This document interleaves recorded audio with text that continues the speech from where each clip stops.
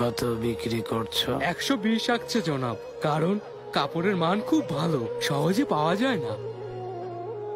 তুমি কি নিয়ম জানো না এফেন্দি? হ্যাঁ, 100 আকচের কেনা মাল 110 আকচের বেশিতে বিক্রি করা সম্পূর্ণ নিষেধ। খরচ বেড়ে যায় কাজী এফেন্দি। এগুলো ফেরোজপুর থেকে আসে, ভালো তুলার তৈরি।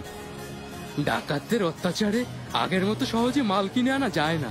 আমি শুধু এতটুকুই জানি, এটা নিয়মের বিরোধী। আগা, বন্দি করো এই অসৎকে।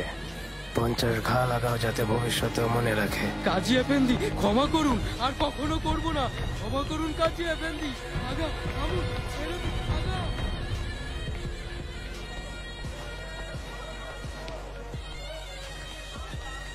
আরে কাজী এফেন্দি, সুস্বাগতম। আপনি?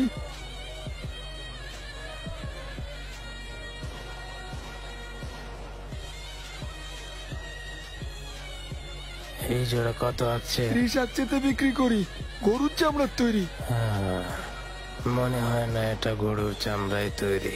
তোমার কি মনে হয়? ঠিক ধরেছেন কাজী এফেন্দি, গরুর চামড়া না, ছাগলের চামড়া এটা। 10 আকচের বেশি হবে না এটা। ভুলে বলে ফেলেছি, চাইলে আরেক জোড়া দেখাতে পারি। ওর গলায় তক্তা বেঁধে সারা বাজারে ঘোরাও। ক্ষমা করে দিন কাজী এফেন্দি, ভুল হয়ে গেছে। ক্ষমা করে দিন আমাকে।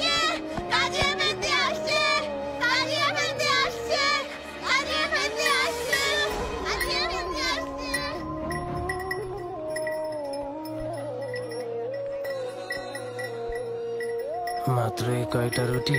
আল্লাহর রহমত কাজী এফেন্দি, আজ বিক্রি বেশ ভালো। হ্যাঁ, এখানে কি? এগুলো গতকালের বাসি রুটি, পশুদের খাওয়াবো বলে রেখেছি। এখনো বেশ গরম দেখছি। আমার মনে হচ্ছে তোমার পশুরা খুব ভাগ্যবান।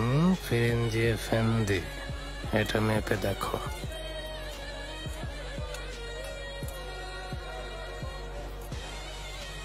ওজনেও কম। দেখি এফেন্দি। কেমন সাদা রুটি বানিয়েছো। হ্যাঁ,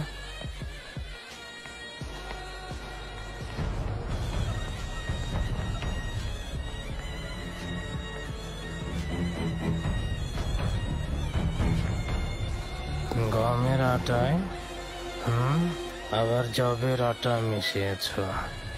সস্তার জিনিস বেশি দামে বিক্রি করো, আবার ওজনেও গন্ডগোল করো।